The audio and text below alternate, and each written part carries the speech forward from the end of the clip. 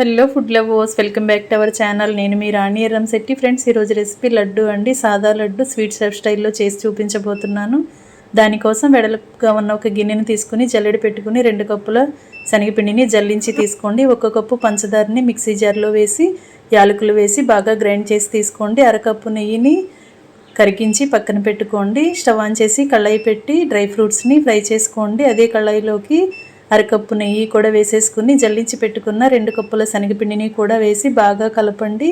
చివరిగా 1 table spoon వరకు ఆయిల్ని వేసి బాగా కలిపారంటే పిండి అంతా కూడా బాగా ఫ్రై అవుతుంది. పచ్చివాసన లేకుండా కొంచెం కలర్ అనేది చేంజ్ అవుతుంది. ఆ టైంలో స్టవ్ ఆఫ్ చేసి కప్పు పంచదారని గ్రైండ్ చేసి పెట్టుకున్నాం కదా, ఆ పౌడర్ అంతా కూడా అలా వేసేసుకుని పిండిలో కలిసేంత వరకు బాగా కలిపి డ్రై ఫ్రూట్స్ వేసుకుని లడ్డూ చేసుకుని సర్వ్ చేసుకోవటమే. పూర్తి వీడియోని ఛానల్కి వెళ్ళి చూడండి, లేదా లింక్ అనేది ఉంటుంది, ఓపెన్ చేసి చూడండి. Thanks for watching.